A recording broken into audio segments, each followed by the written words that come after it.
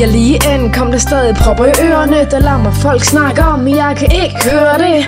Jeg er lige kommet, men jeg er allerede hjemme ved, for lige meget hvor meget jeg prøver, så kan jeg ikke glemme hende.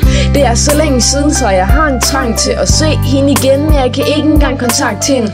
Stresser rundt i fancy, vi stress, jeg er i London, men stadig ikke tilpas eller tilfreds med dem, der er med mig, for det er hverken hende eller mine venner. Jeg læner mig godt tilbage i togsædet og smiler, mens jeg stadig tænker på hende og skriver videre. Hvorhen du går hen, og hvorhen du er, så vil jeg altid følge med dig.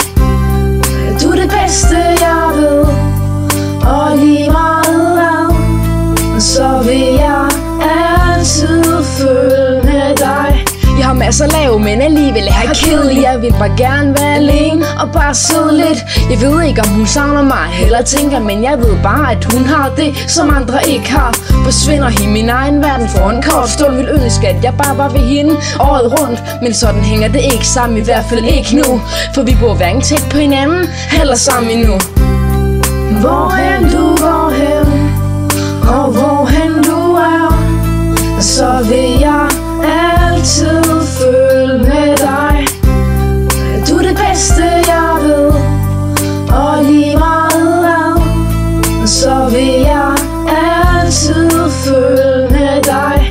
Jeg savner dig, tænker på det som en kliché. Ting gentager sig, og det ser ud til at blive ved. Det er lidt trist, men jeg håber snart vi ses igen, for selvom vi er sammen, så er du også min bedste ven. Jeg føler vi kan alle sammen fra A til Z. Vi kan smadre hinanden og bagefter lidt tæt. Du er så smuk og dejlig, jeg er helt igennem fejlfri. Jeg holder om dig nu for evigt og slipper dig aldrig.